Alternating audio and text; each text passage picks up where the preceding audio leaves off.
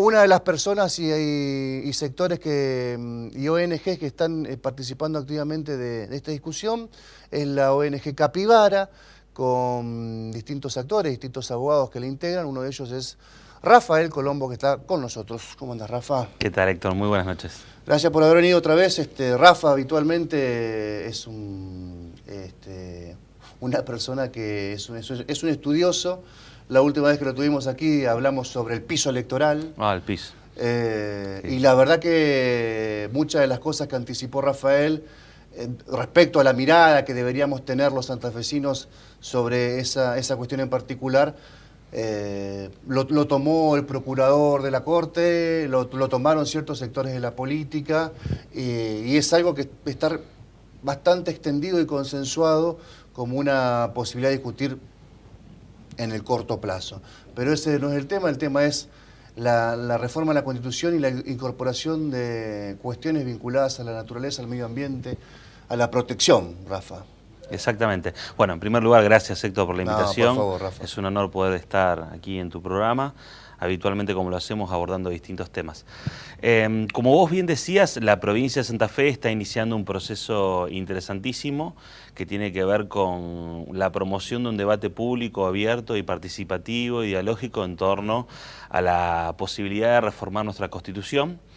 Y en ese proceso hay una serie de actores que intervienen con un nivel de centralidad muy relevante. Bueno, uno de ellos es sin lugar a dudas el propio gobernador Lifchit, y otro de ellos es el director de Reforma Política y Constitucional, Oscar Blando, que de alguna manera han encabezado esta serie de encuentros que se han generado entre distintas instituciones, organizaciones y ámbitos académicos y científicos en relación a una serie de temas y problemas que podrían llegar a ser objeto de una reforma constitucional. En ese sentido, la provincia ha seleccionado como una serie de ejes, que son los ejes que va a distinguir a la reforma constitucional santafesina que eventualmente se produzca, así como siempre las reformas constitucionales históricamente sobresalen por uno o dos temas en particulares. Por ejemplo, la última reforma de la Constitución de 1994 es muy trascendente por muchísimos temas, pero uno de ellos quizás que tiene mucha centralidad es la incorporación de los tratados de derechos humanos que adquieren jerarquía constitucional. Bueno, en el caso de la provincia de Santa Fe, uno de los temas elegidos para tratar de colocar a nuestra jurisdicción a la vanguardia del derecho constitucional comparado es precisamente los derechos vinculados al medio ambiente y la protección de la naturaleza. Bueno, ahí, para arrancar, lo que es interesante es, en todo proceso de reforma constitucional, es un poco mirar hacia el pasado. Mirar hacia el pasado implica que miremos un poco la regulación de la Constitución provincial vigente, que es de 1962, y ver qué podemos extraer no solamente de la regulación del artículo 28, que es el artículo donde se consagran una serie de consideraciones en relación a los temas que nos ocupa, sino a las intervenciones de los convencionales constituyentes, que algunas de ellas conservan muchísima actualidad. Como vos bien sabés, Héctor, el artículo 28 de la Constitución, que es el artículo más largo de esta primera parte, es un artículo que tiene en sus primeros párrafos una serie de disposiciones programáticas o de políticas públicas en torno a la cuestión agropecuaria. Y esto en el derecho ambiental es muy importante porque en el ámbito de la ciencia jurídica, lo ambiental durante muchísimas décadas estuvo colonizado por la disciplina vinculada al derecho agrario o al derecho a la minería o al derecho a la navegación, como disciplinas que de alguna forma se disputaban la regulación en torno a la cuestión ambiental, pero enfocada en objetos específicos, en este caso la cuestión de la tierra.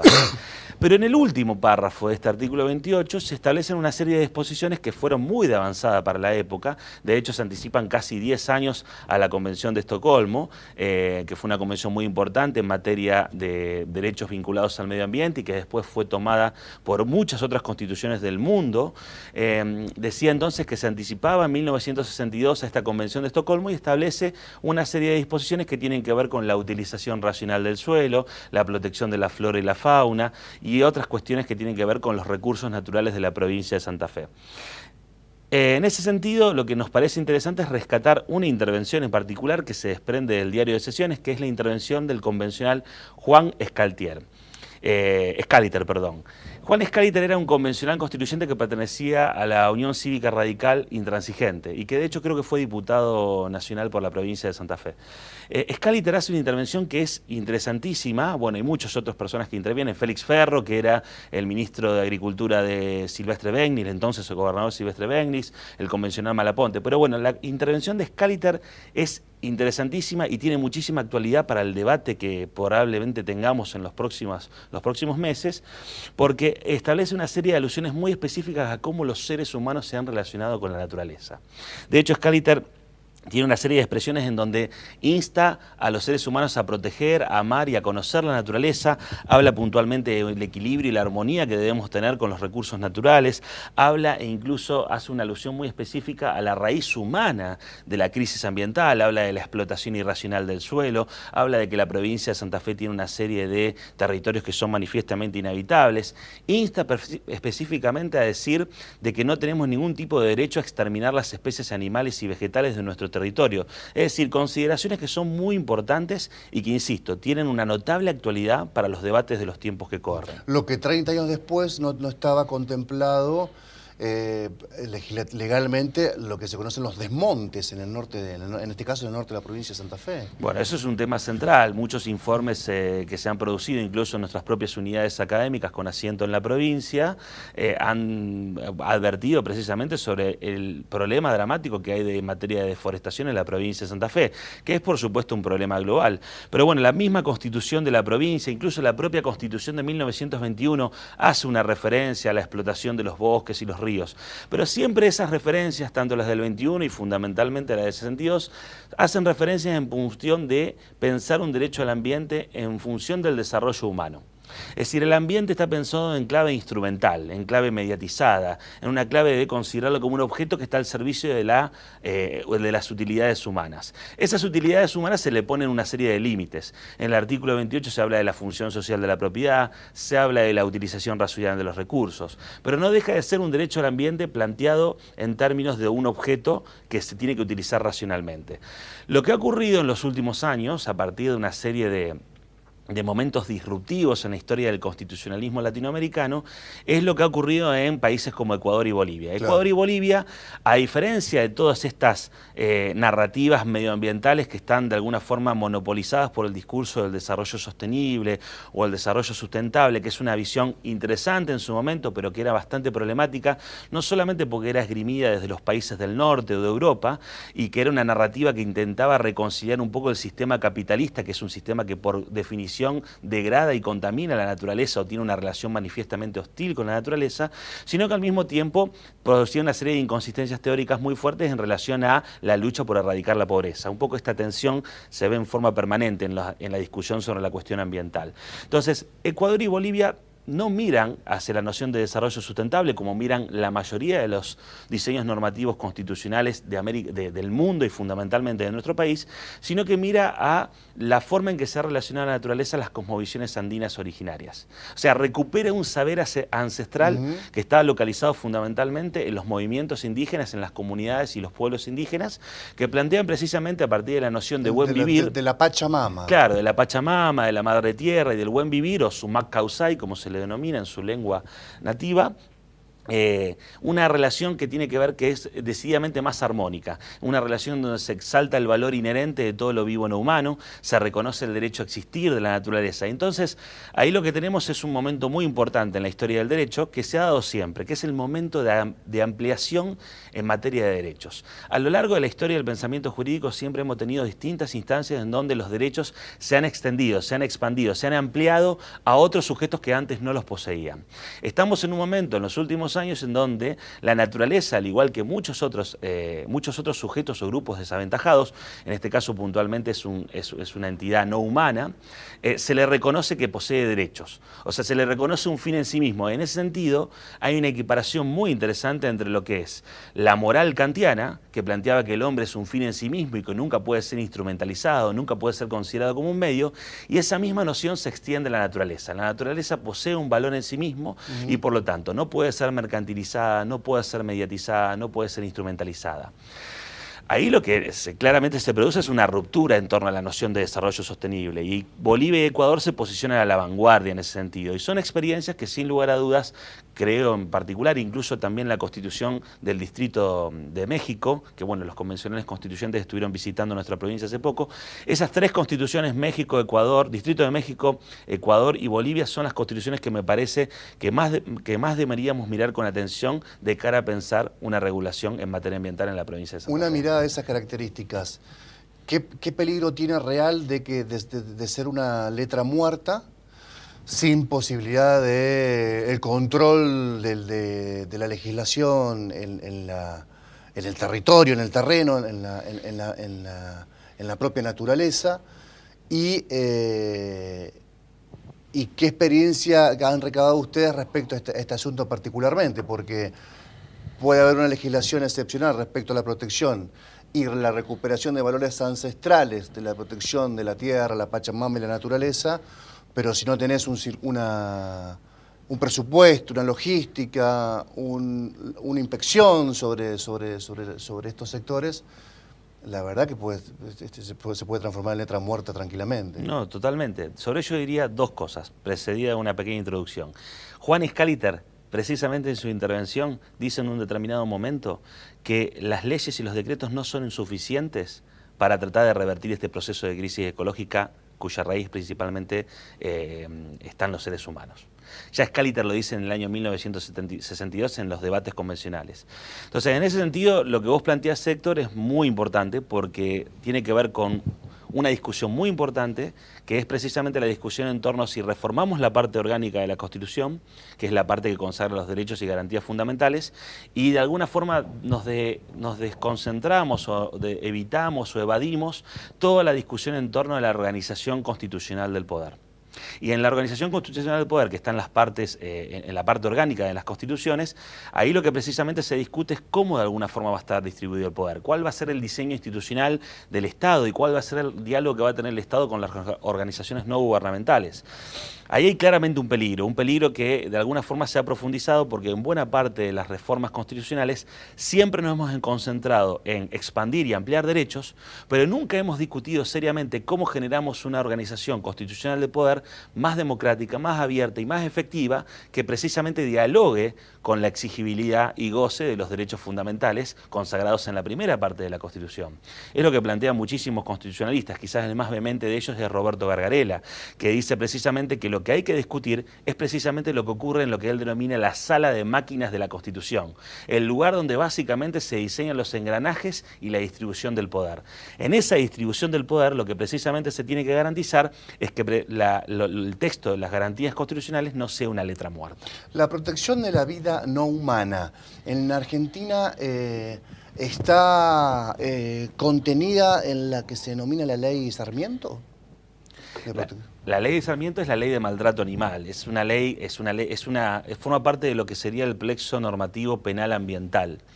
Ahí lo que se plantea es una especie de subtema muy interesante dentro de lo que es el derecho ambiental, que es lo que se ha denominado, que es en respuesta un poco a lo que se ha denominado como el giro animal, que es el planteo que se hacen de determinadas organizaciones o de determinados discursos filosóficos que plantean precisamente que los animales, como expresión de la naturaleza, poseen una serie de derechos. O sea, hay una moralización de los animales de la misma forma en que están moralizados los seres humanos.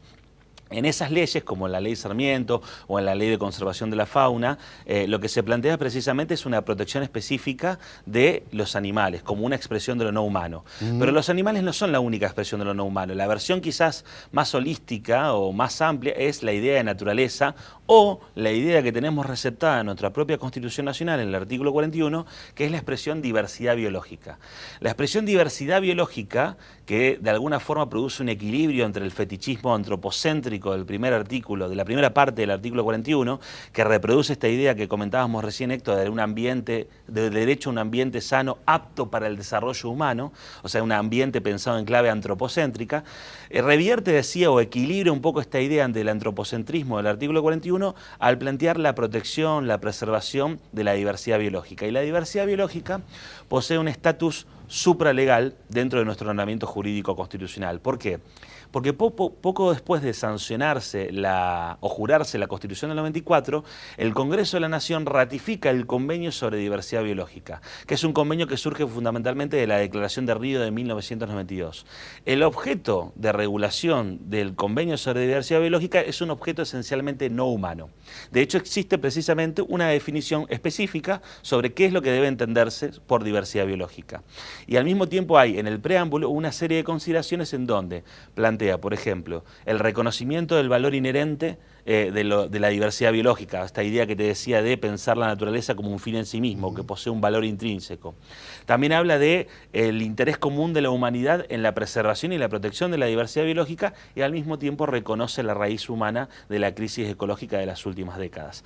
Ese instrumento que es la Convenio sobre Diversidad Biológica es muy importante. Al no ser un convenio sobre derechos humanos, no posee jerarquía constitucional por la modificación que se produce en materia de tratados y concordatos del artículo 75, inciso 22, que es el artículo que incorpora el Pacto Internacional de Derechos Civiles y Políticos, etcétera, etcétera. Del 94. Del 94, al ser un convenio sobre lo no humano, no posee jerarquía constitucional, pero sin lugar a dudas posee una jerarquía supralegal e infraconstitucional. Es muy relevante el convenio sobre diversidad biológica para nuestro ordenamiento jurídico y al mismo tiempo es de alguna forma la puerta de entrada para la cual podemos introducir una interpretación diferente del sesgo antropocéntrico de este artículo 41 que instrumentaliza el derecho al ambiente. O sea, Rafa, que si hoy salimos de acá, derramamos 3 toneladas de petróleo sobre la laguna Setúbal, vamos a hacer un ejemplo bien concreto, solamente y principalmente seremos sancionados por el delito de daño. Ahí lo que se plantea es una disrupción. Primero lo que tendríamos es el delito de daño ambiental, que está expresamente planteado en el artículo de la Constitución, del tema de que el daño ambiental genera la obligación de recomponer o de restaurar o de reparar el daño ocasionado, pero al mismo tiempo lo que se plantea, que eso es propio de la lógica del derecho civil y del derecho de daños. ¿Quién es la víctima, Rafa? Y precisamente ahí la víctima, en el planteo tradicional de la lógica del desarrollo sustentable, las víctimas seríamos los seres humanos. La sociedad. La sociedad, que somos titulares de un bien colectivo, de un bien de naturaleza colectiva, difusa, que es precisamente el río o la laguna Setúbal. Pero al mismo tiempo lo que plantea este giro, que te planteaba anteriormente, es la posibilidad de pensar que la laguna Setúbal, en el caso de que sea contaminada, posee también derechos, un derecho en sí mismo.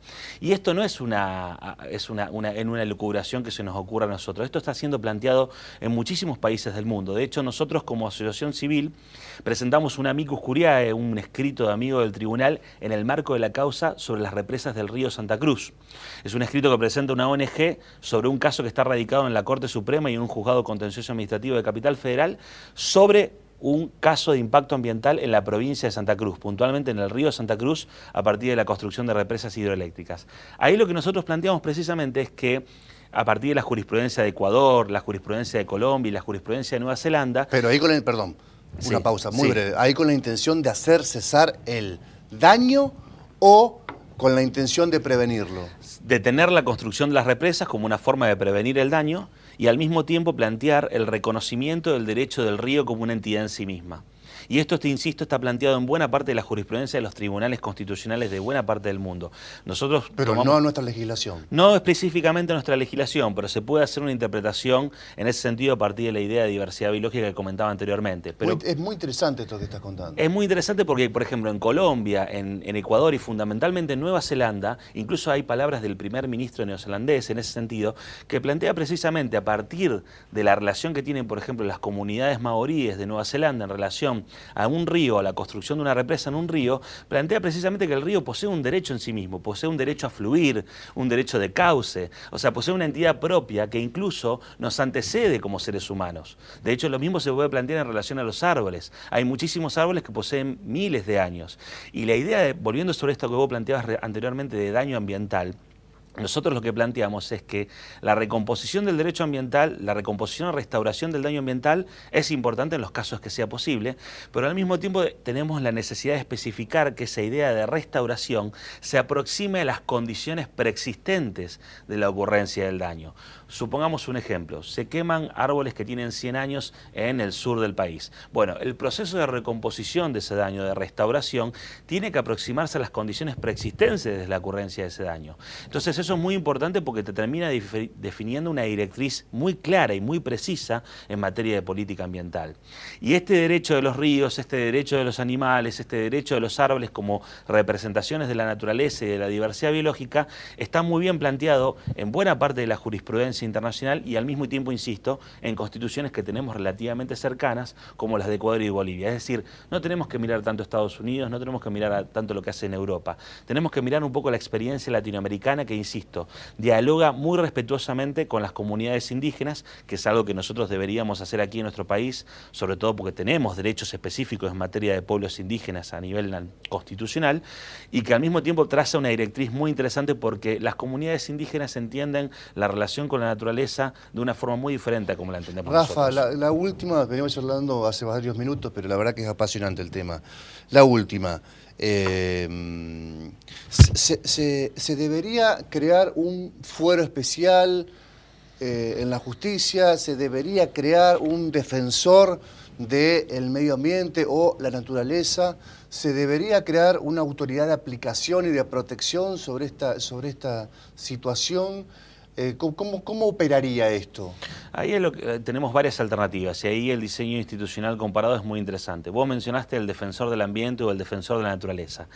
Claramente, si reconocemos derechos a la naturaleza, tenemos un límite muy interesante que es el límite de la representación de la naturaleza. La naturaleza, en principio, no podría representarse en términos procesales a sí misma y por lo tanto necesitaría una especie de representante humano. Hay diseños institucionales, constitucionales, que consagran la idea o la institución del defensor de la naturaleza, que es también muy interesante.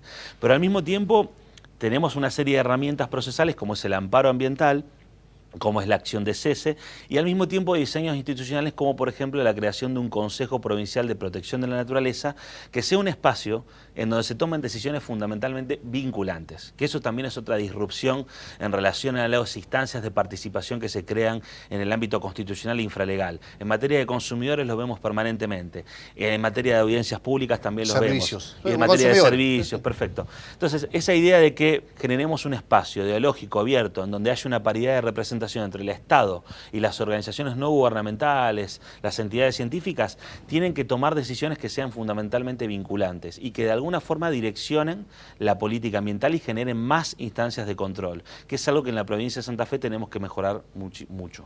Gracias, Rafa. Muy interesante, de verdad.